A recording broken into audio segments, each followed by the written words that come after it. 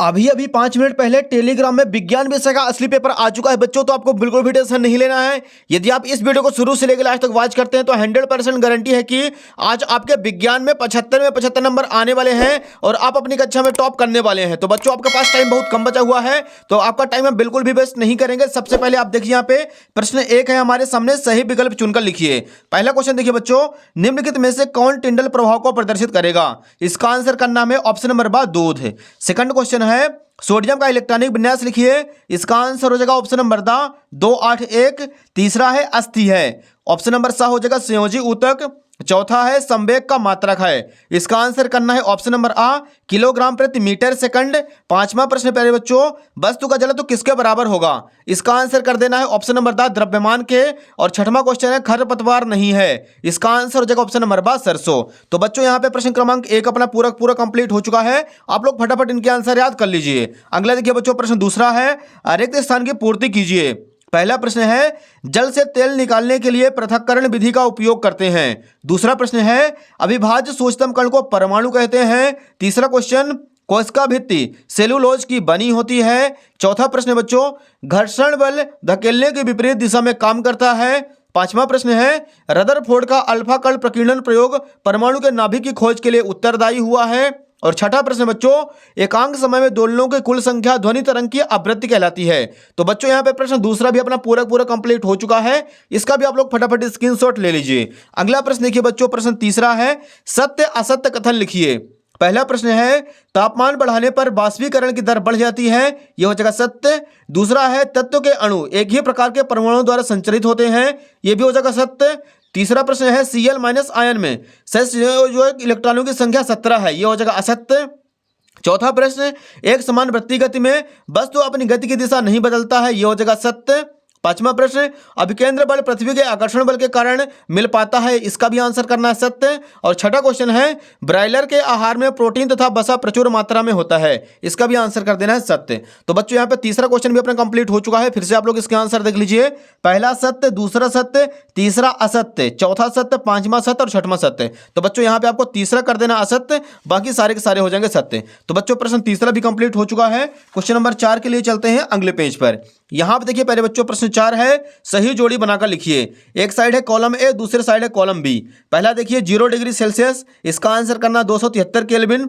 Second है nitrogen, इसका संकेत N होता है। तीसरा है DNA, इसका आंसर हो जाएगा केंद्रक। चौथा है वेग, वेग एक सदिश राशि है। पांचवा है बल, बल का सही मात्रक न्यूटन होता है। और छठवां बच्चों पराध्वनि, तो इसका आंसर कर देना है ECG। तो बच्चों यहाँ पे प्रश्न 4 भी अपना कंप्लीट हो चुका है, जो कि सही जोड़ी थी, इसका भी आप लोग फटाक से स्क्रीनशॉट ले लीजिए। अगला प्रश्न देखिए बच्चों, 5वां नंबर है, एक वाक्य या फिर एक शब्द में उत्तर लिखिए। पहला क्वेश्चन, ठोस अवस्था से सीधे गैस अवस्था में बदलने की विधि है, इसका आंसर हो जाएगा ऊर्ध्वपातन। दूसरा क्वेश्चन है, कैल्शियम का परमाणु द्रव्यमान 40.08 या 40 होता है। तीसरा क्वेश्चन है, समय व स्थिति के बीच संबंध व्यक्त करने वाला समीकरण लिखिए, तो इसका आंसर लिखना है S = UT + 1/2 AT²। अगला देखिए चौथा क्वेश्चन है, किसी वस्तु की जड़त्व की माप है, इसका आंसर हो जाएगा द्रव्यमान। पांचवा क्वेश्चन, वस्तुओं के बीच आकर्षण बल को क्या कहते हैं, इसका आंसर हो जाएगा गुरुत्वाकर्षण। छठवां प्रश्न है, ध्वनि तरंगे यांत्रिक तरंगे क्यों कहलाती हैं, तो इसका आंसर लिखना बच्चों, क्योंकि इनके संचरण के लिए माध्यम की आवश्यकता होती है, इसलिए ध्वनि तरंगे यांत्रिक तरंगे कहलाती हैं। यह हो जाएगा बच्चों क्वेश्चन नंबर 5वां भी अपना पूरा कंप्लीट, इसका भी आप लोग फटाक से स्क्रीनशॉट ले लीजिए। क्वेश्चन नंबर 6वें के लिए चलते हैं बच्चों अगले पेज पर। यहाँ पे देखिए बच्चों प्रश्न 6वां हमारे सामने, यौगिक और मिश्रण में कोई 2 अंतर लिखिए। तो यहाँ पे बच्चों इसका आंसर आप लोगों को देख लेना है, उत्तर क्रमांक 6 लिखना है। एक साइड यौगिक, दूसरी साइड मिश्रण। पहले पॉइंट में लिखेंगे, तत्व क्रिया करके नए यौगिक का निर्माण करता है, तत्व क्रिया करके नए यौगिक का निर्माण नहीं करता है। दूसरा हो जाएगा, नए पदार्थ का संगठन सदैव स्थायी होता है, मिश्रण का संगठन परिवर्तनशील होता है। तो ये हो जाएगा बच्चों उत्तर क्रमांक 6 अपना कंप्लीट, इसका भी आप लोग स्क्रीनशॉट ले लीजिए। अगला प्रश्न की बच्चों 7वां है, धातु के कोई 2 गुणधर्म लिखिए। तो ये रहा बच्चों 7वें का आंसर।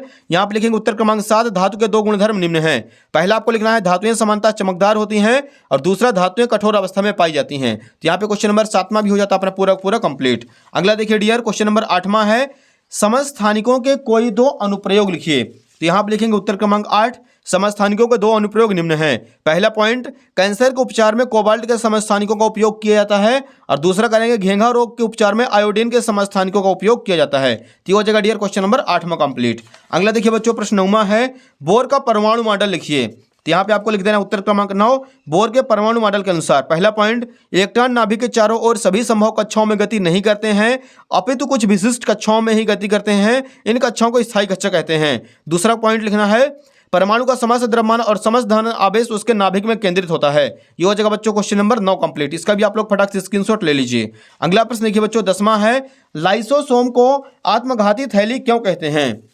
इसका आंसर लिखेंगे उत्तर क्रमांक 10, कोशिकीय उपापचयन में व्यवधान के कारणवश जब कोशिका मृत हो जाती है और तो लाइसोसोम फट जाते हैं और एंजाइम अपने ही कोशिकाओं को पचाने लगते हैं। ये एंजाइम बहुत शक्तिशाली पाचनकार होते हैं, इसीलिए लाइसोसोम को कोशिका की आत्मघाती शैली कहा जाता है। ये हो जाएगा बच्चों क्वेश्चन नंबर 10 कंप्लीट। इसका भी आप लोग फटाफट स्क्रीनशॉट ले लीजिए।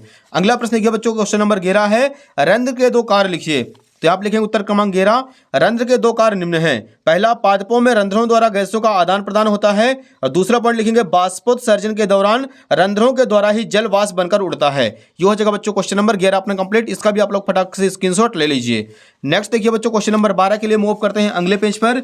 यहाँ पे हमारे सामने प्रश्न 12 है। पहले बच्चों, यदि एक वस्तु के द्वारा कुछ दूरी तय की जाती है, क्या इसका विस्थापन शून्य हो सकता है? अगर हाँ तो अपने उत्तर को कारण सहित लिखिए। तो यहाँ पे लिखेंगे बच्चों उत्तर क्रमांक 12, हाँ, किसी वस्तु के द्वारा कुछ दूरी तय करने के बावजूद उसका विस्थापन 0 हो जाता है। उदाहरण के लिए, यदि आप सुबह 6 बजे घर से निकलते हैं, 5 किलोमीटर दूरी गए और शाम को वापस 5 किलोमीटर चलकर आए, तब कुल विस्थापन 0 यानी शून्य होगा। ये हो जाएगा बच्चों क्वेश्चन नंबर 12 कंप्लीट। नेक्स्ट देखिए प्रश्न 13 है, खराब बैटरी वाली कार को कुछ समय तक लगातार धक्का देने पर वह गति की अवस्था में आ जाती है। इससे गति के किस नियम की पुष्टि होती है? नियम भी लिखिए। यहाँ पे लिखेंगे बच्चों उत्तर क्रमांक 13, खराब बैटरी वाली कार को लगातार धक्का देने से गति में आना न्यूटन के गति के दूसरे नियम की पुष्टि करता है। यह नियम यह बताता है कि किसी वस्तु के संवेग में परिवर्तन की दर उस पर लगाए गए बल के समानुपाती होती है और यह परिवर्तन उसी दिशा में होता है जिस दिशा में बल लगाया जाता है। ये हो जाएगा बच्चों क्वेश्चन नंबर 13 अपना कंप्लीट। नेक्स्ट देखिए बच्चों प्रश्न 14 है, पानी की सतह पर रखने पर कोई वस्तु क्यों तैरती या डूबती है? कारण लिखिए। यहाँ पे लिखेंगे उत्तर क्रमांक 14, पानी की सतह पर किसी वस्तु का तैरना या डूबना मुख्य रूप से वस्तु के घनत्व और उस पर लगने वाले उत्प्लावन बल पर निर्भर करता है। यह सिद्धांत आर्किमिडीज द्वारा समझाया गया था। यह हो जाएगा बच्चों क्वेश्चन नंबर 14 कंप्लीट। अगला देखिए प्रश्न 15 है, न्यूमेरिकल क्वेश्चन है, किसी वस्तु पर 10 न्यूटन का बल लग रहा है, बल की दिशा में 2 मीटर विस्थापन होता है, इस स्थिति में किया गया कार्य कितना होगा? तो यहाँ पर लिखेंगे बच्चों उत्तर क्रमांक 15, दिया है बल F बराबर 10 न्यूटन, विस्थापन S बराबर 2 मीटर, किया गया कार्य W बराबर होता है FS 10 × 2 10 दूनी 20 जूल। ये हो जाएगा पहले बच्चों क्वेश्चन नंबर 15 अपना कंप्लीट। नेक्स्ट देखिए बच्चों क्वेश्चन नंबर 16 के लिए चलते हैं अगले पेज पर। यहाँ पे हमारे सामने 16 नंबर है, वायु, जल या लोहे में से किसी माध्यम में ध्वनि सबसे तेज होगी, कारण सहित लिखिए। यहाँ पे लिखेंगे उत्तर क्रमांक 16, ध्वनि की चाल ठोस माध्यम में सबसे अधिक होती है क्योंकि इसके कण एक दूसरे के बहुत करीब होते हैं जिससे कंपन तेजी से स्थानांतरित होता है।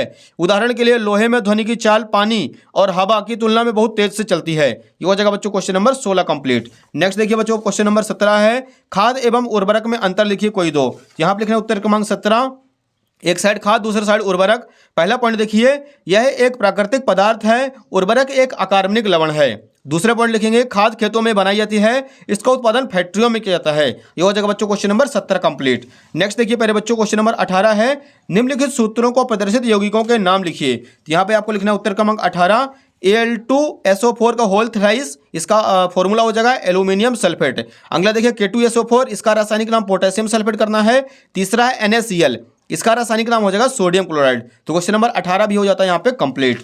अगला देखिए बच्चों क्वेश्चन नंबर 19 है, जंतु कोशिका का नामांकित चित्र बनाइए। तो आप लोग कर लीजिएगा। प्रश्न 20 देखिए, एक बस की गति 5 सेकंड में 80 किलोमीटर से घटकर 60 किलोमीटर प्रति घंटे हो जाती है।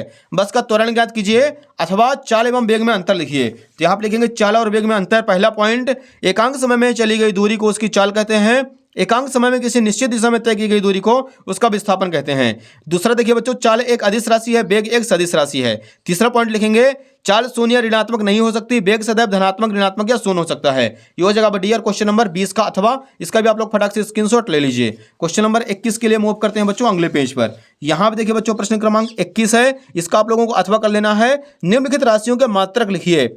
पहला है लंबाई, इसका मात्रक होता है मीटर। दूसरा है आयतन, इसका मात्रक होता है मीटर क्यूब। तीसरा है घनत्व, इसका आंसर करना है प्रति मीटर क्यूब। और चौथा है दाब, इसका मात्रक होता है पास्कल। अगला देखिए प्रश्न 22 है, विभज्योतक किसे कहते हैं? स्थायी ऊतक से किस प्रकार अलग है? 3 कारण लिखिए। अगला देखिए प्रश्न 23 है। 50 किलोग्राम द्रव्यमान का एक लड़का एक सोपान पर दौड़कर 45 सीढ़ियां 9 सेकंड में चढ़ता है। यदि प्रत्येक सीढ़ी की ऊंचाई 15 सेंटीमीटर है तो उसकी शक्ति का परिकलन कीजिए। तो यहाँ पे बच्चों अपने सारे के सारे क्वेश्चन कंप्लीट हो चुके हैं। फटाफट आप लोग वीडियो को लाइक कर दे, चैनल को सब्सक्राइब कर लीजिए, क्योंकि बच्चों इसका सोल्यूशन बनाने में बहुत ही ज्यादा बच्चों मेहनत लगती है और बहुत ज्यादा टाइम लगता है। तो बच्चों आप लोगों से हाथ जोड़कर रिक्वेस्ट है, फटाफट आप लोग वीडियो को लाइक कर दीजिए, चैनल को सब्सक्राइब कर लीजिए और वीडियो को ज्यादा से ज्यादा अपने दोस्तों के बीच शेयर कर दीजिए। धन्यवाद।